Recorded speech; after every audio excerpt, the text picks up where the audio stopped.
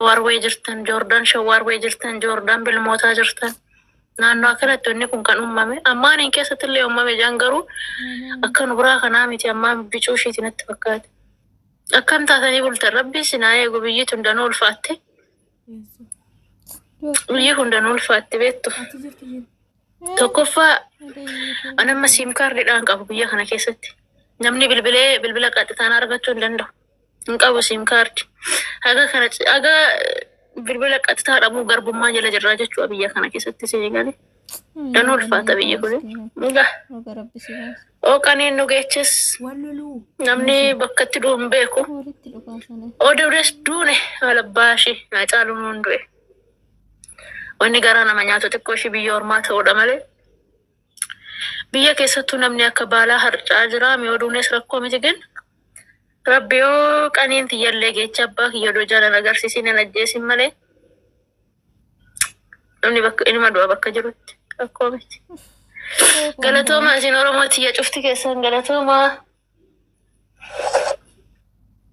jecha isiniif hin qabu Oromoon haga kana bakkeen qabri natti fakkaanne hawaasni kiyyaa kanaa waan na jaallatu natti fakkaane namni sun hundi namni dilli sun hundi hirriba dhabee waa'ee kiyyaa dhiphachaa buluun keessan baay'ee galatooma akka sababa maaliin jaasilaa rabbumaan namatti fida rabbumaan namarraa fuudha galatooma adagaa bakka adagaa akka malee waa'ee namaa baasu jiru adagaa bakka malee waa'ee namaa baasu utuma hin jirra jedhamu waan nama dhabamsiisu waa'ee namaa baasu lubbuudhaan jirrammoo nuti lubbuun baaneerra. Maani biyyattii wayitti dhukaasti Joordaan kana maa deemti ijoolleen? Qo'aasiniin galchame. Mataan kun dhukkuba. Aachaa isiniin galcha Oromootii hunda keessanuu. Yaa biyya Joordaan. Ani mee Israa'eliin jedhu maaluma beekamu jetti. Maaluma ishee gooneme. Utoo maasaanii goone. Lashuu walfitti arabni rabbanitti haase. Jarana mee amma nuti miskiin akka kanaa kun oduu rabbiin isaanii sun wallahi rabbiin isaanii sun nuti akka keenya amma nuti maatii keenya araannee oobannee ibadee girmaa kootuu ijaa hin argin biyya ormaatti rabbuun kan ajjeesin ijoo waan biraati abbuma kiyyaan na fuullee dhufeen waaniin duus na fakkaate ibadee abbaa koo hin jedhe namni ibadee haadha koo jedhaan immoo ibadee abbaa koo jedhe dhugaa rabbiin biyya ormaattu nama nambisini. Egaa Israa'el waan ishee kaafatteerti akkuma uummata Filisxeen fixxisa waanuma nu fixu ani Joordaan turis waan minniffattuu fi wallaalee beektu ishee tokko fokono hunnan qabdu akka Amaaraa kana godhatti uummanni Joordaan tun hin minniffatte beektu amma bar'aqxee barree Filisxeen jala minniffatte waagaa ishee argatte innistu immoo amma sirrukutti deebistee Israa'el innistu Israa'el majnuunidhaan innistu minniffattee kun uummata Filisxeen jala minniffattee ana fi daala Filisxeen jettee nu balaa nu fiddee balaafamtuun kun halkan walqixxeen akka jinnii nu iyyisiisaa bulte. Anuma guddicha kana barannaantee barlaa.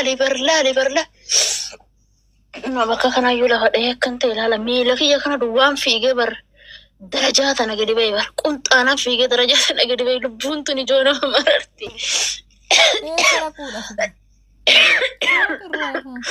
Jaartumti waggaa ebbaa fi afuriitu nuyyuu nama fottokfatte kaajoo nama fottokfatte innaa lillaahi wa inna raaju nama fottokfatte kaanaa nyaatu biyyooni nama fottokfatte joo yaa walee deettee nama fottokfatte wayyoo akka nuti itti bullesan baara itti bulle maal tafkiin quba qabdi joo tafkiin quban qabdu waan nutti bullesan akka nuti ta'aa bullesan eebadee gannii girma anaa nyaatu intala abbaashi biyyoon naa nyaattu kun akka isheen jirtu laala nafti kiyya kana oo'i kiyya buddeen tolfama asirratti laa buddeen maal jetta gaa furan galteen jijjiirratti ibidda nafti kiyya ibidda shaawara gizee laman gale gubadha yaa Filisxeen yaa Israa'el rabbi si haa gubu inshallah Allah hirtee yaa Israa'el yaa Yahudiin baldayyuus jedhee arab baldayyuus ni kinu akkana nu godhaa bulte ka argaashiidha argaa uummatuma kanaa dhugaa fachaa naman galcha beet eenyuun galcha kaayaa innaa lillaahi nama kan hunda. Mee qo'ataraan as hin galcha. Yaade. Ganni ko way Nante kawul gifti ko way no marachite. marattanii fi Nagala fatte otu kale sama qalbeessatti nagaan natte na wajjin teesse haasoftu.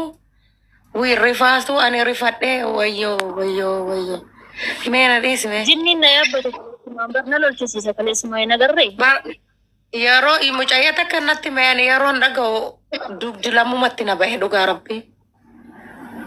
Amma mara qalbeessaa na bira jirti miti jennaan laayivii irratti jirtu iyyitee baate jedha. Asii sarchiin godha maqumti kee dur tokko faarratti dhufu maanaa dhufu.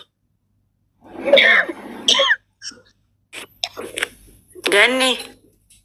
Akkam walta. Way rabbi bagasi baase otuma wal ilaalanii wal dhabuufaa taate jireenyi biyya namaa kun. Ganni mootii galchime ganni mootii kan jedhu tokko mucaa footoo warqituu irraa qabu mucaa walloo tokko galchime jira. Si kadhate arga turatti mootii. Ganni Nyaanyaa fi biyyeenatti ganni koo bagirraa hafte. qalbeessaa koo iddoo koo Baga waan isa. Deetaa wannichi lolichi biyya keessanii miti edda jeenaraalaan ture. Iraan gizee gara Israa'elitti diroonii fi misaayilii darbattu qilleensa keessanirra darba meeshaan kun. Jarri immoo meeshaa kana ofirraa qabuudhaaf fuula dura meeshaa biraatti ergu. Saniif dhoohinsi isinirratti deddeebi'aa rabbis haa eegu. Amma akkuma jirutti qaxanaan suni sodaatamaadha. Balaliin hundi cufamee jira. Garuu lolli kun ni dhaabata jennee abdanna. Rabbis haa eegu fuula duraafillee. Hin muddamin oomamaraaf wantichi Joordaan irra hin jiru. Wanni gara Joordaanitti darbamaa jiru tokkollee hin jiru. Jajjabaadha. Lakkoofsa tokko. Kalau macam jenis kita malu mesti warga Jordan kosa. Biar hari Wan sabar karena tibi ya gara-gara energi te Iran jadu bar.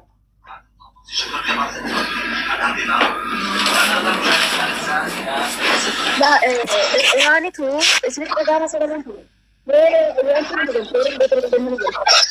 Iran itu Jordan, Iran itu Israel itu misalnya fi bo internet tergitu kita Israel itu sini ada tu Iraq itu. Mungkin mau mimbar rajer.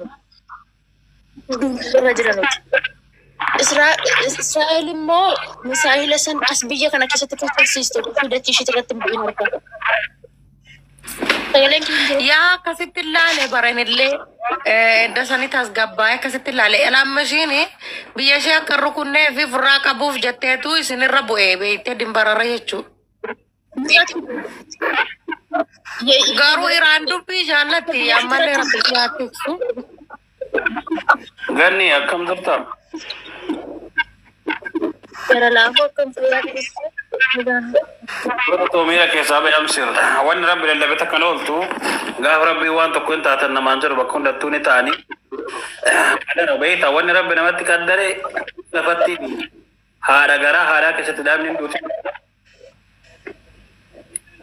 So kana fi hundi keessanu mira ke saba biya miram to takam bin agar garu nuti kano mira mukanu sala rabbi tu beka. Israeli waan ujuu fi argataa jirti kun waan gadhiisan qofa rabbi illee ittuma gadhiisa ijoollee keennamoo qabiyya bakkaa jirtan yeroo hunda waliin boochisina maaliif rakkoon tokko yoo galu miira keessa galtanii wal boochisuu osoo hin taane wal jajjabeessa waan nama jajjabeessu waan onnee namatti godhu waan keessa namaatti gartee abdii horwaasaa malee yoo kun illee boo'e namni naasuun hin du'aa bar namni naasuudha waamee qataa rifannoonni badaadha. المهم زولك نو دساتو بيكمو كجر رب هاتيسو ماتي في براباني على تيوان تكوتاني نمت دغا باباتي نمل عملين صبا سو دعاي ولي غلو تزارا دعاي مولي غدا سنزل انغرا كيان غاني غلطو مي يوبرسكين غاني بغا ربي سيمباسه سببي نريد التو ودلا غلافه جراني سببي اسرائيل تيغني سمي دما جرتني Uummanni Israa'el kun beektu nama 13 kan biyya Sooriyaa keessa jiru imbaasii Iraaniin nama fixanii kanaan dura Sooriyaa keessatti Israa'eliitu nama fixe. Sababii sanaati amma lolli kun haaloo wal bahuudha. Namoota 13 irraa ajjeeftee hin dhiisu kan jettee dhaadachaa jirtu Iraan kanaaf dura Israa'eliitu dhaqee warra imbaasii keessa jiru fixe.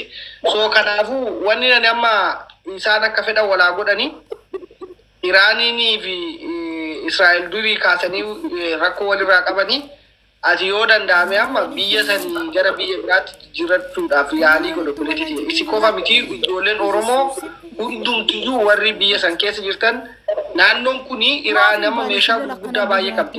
Meeshaa daqiiqaa 12 deemu qabdi. Kan sa'aatii 2 deemu qabdi. Kan sa'aatii 12 deemu qabdi. So meeshaalee kana gara addunyoonni wannoo addunyaa idila addunyaa irratti xiinxalatti kennaa jiran. Misaayilii gosa adda addaatiin qaban. Isa kanaafi wanni kun waan akka salphaatti dhaabbatu miti. Jeneraalota Iraanii waan fixanii jiraniif lolli isaa hin dhaabbata jedhee yaadu akka kiyyaatti.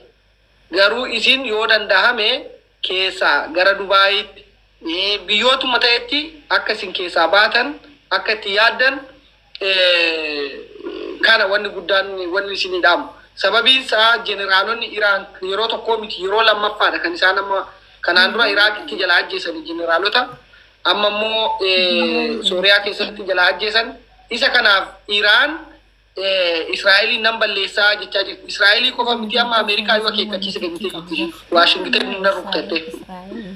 Kanaafuu dubbii warra miskiinaa otoo hin taane namoota warra addunyaa kana jeeqaniiti isin keessaa baafadhaa yoo dandeessan. Ani kanuman siidhaama giiftiiti Abdaarii Tuulama. Abdaarii intala Oromoo. Dhageesse? Waan suphaa dhuguu nuti miskiinneessa deemnaa nuti karaa deemnuun qabnu rabbummaan nu baasu.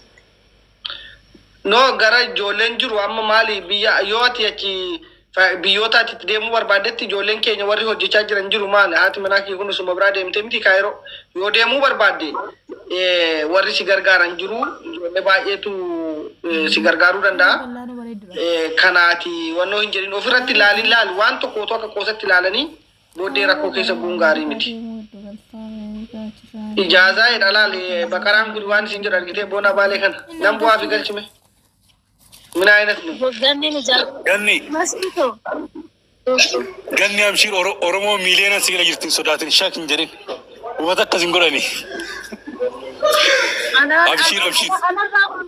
Walumatti qabanii nu dhuguu gammalee jira. Ana barbaadanii Boonaa keessatti irraa afuufan mataarra. Ay rabbi si aatis giifti gosiit. Yoo dandeesse keessaa baafachuudhaaf yaale akkuma inni siin jedhe. Daariirra jirta wanta ta'eef amma Iraaniin saruu kan mallee yoo darbatte jarittiin ofirraa qabuudhaaf jecha isinirra bu'a sii galee. Kanaafi ati akkaataa achiitii baatu gara biraatti yookiin gara keenya kanatti as darbii as gara kanarfaa gara nani jiru kanafaa dhufu konkolaataadhaan dhufta habiibti. Israa'el irraa